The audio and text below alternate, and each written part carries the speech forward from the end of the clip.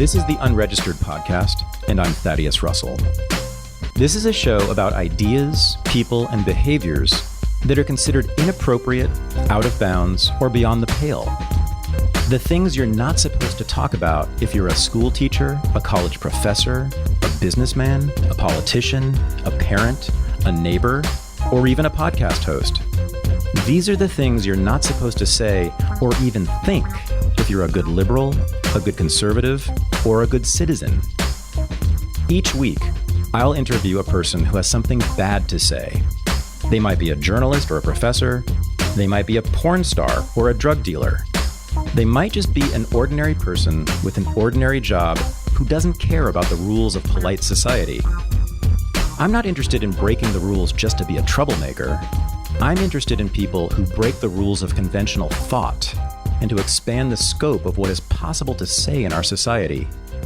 I'm interested in people who make me think. At the recently completed Icarus Fringe and Film Festival, I was joined on stage on the first day by Michael Tracey and Max Blumenthal to discuss whether the American empire is at an end. It was, not surprisingly, contentious, extremely informative, and a bit wild. This is my interview with Michael Tracey and Max Blumenthal. Good. Okay. Welcome to the second annual Icarus Fest. I am Thad Russell.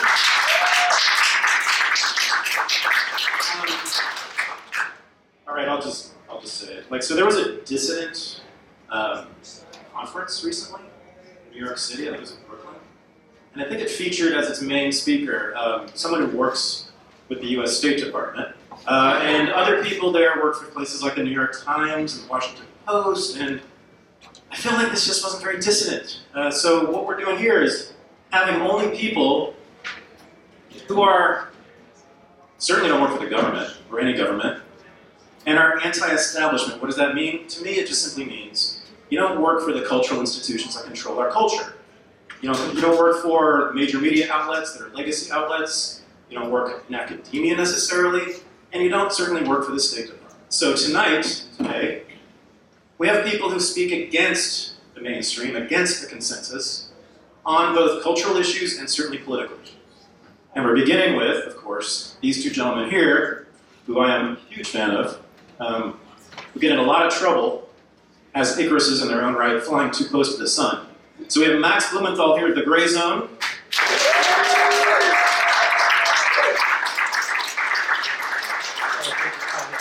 I'm pretty sure he doesn't work for a government, but we're going to ask him about that. Rumors afoot about this. And then Michael Tracey, who works for himself.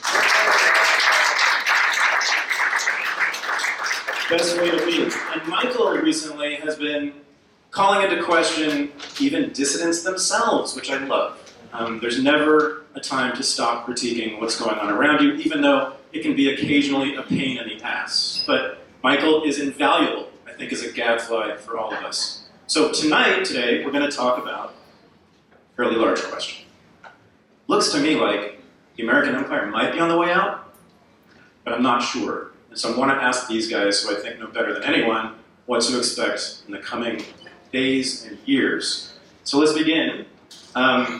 Do you guys think we are approaching or in the end of the American empire? Let me just sort of set the stage a little bit as I see the world recently that might lead me to ask this question. So Russia has won the war in Ukraine. I think that's pretty much a given at this point. And Israel, the other major proxy of the American empire, is facing a war at this point on 5 fronts, 6 fronts, I can't keep track anymore. And of course, the fate of the Jewish state in Israel as an ethno-state, I think, is very, very much in question for the first time in its existence. And of course, if you are a leader of the American empire, you need that state. So 2 of its major proxies are in major existential trouble. Does this mean we are now at the end of the American empire? I'm curious about Max's take. Is this something we should look forward to, or is it something we should fear, or is it not happening at all? I was hoping Michael would go first. You always ask the really granular questions. I was watching Vladimir Putin speak at the St. Petersburg International Economic Forum for the international press.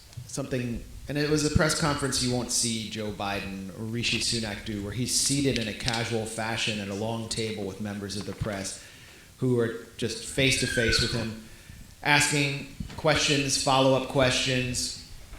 And he was asked about what he thought about reports that the Biden administration was going to be authorizing strikes with ATACMS missiles into Russian territory. And Putin pointed out correctly that previously the attacks that the Ukrainian military had been waging into the Donbass and somewhat into the Russian territory, like Belgorod, were from HIMARS missiles. And you only need a team on the ground to operate those. But to actually use the ATACMS system, which is made by Lockheed Martin, you need satellite assistance, you need people who have the NSA mapping, and only the United States can operate that system. And essentially what they do is they just have a Ukrainian guy who pushes a button and they're like, Igor, push the button. Yeah, da, and he just pushes it. But it's not, what he's saying is basically the US is attacking us now. And they're just using like a Ukrainian frontman. And what he is going to do to retaliate is he is going to be arming Russia's allies against US proxies and US allies with longer range and more sophisticated weaponry going forward. Russia is sending 2 naval warships to dock in Havana, Cuba,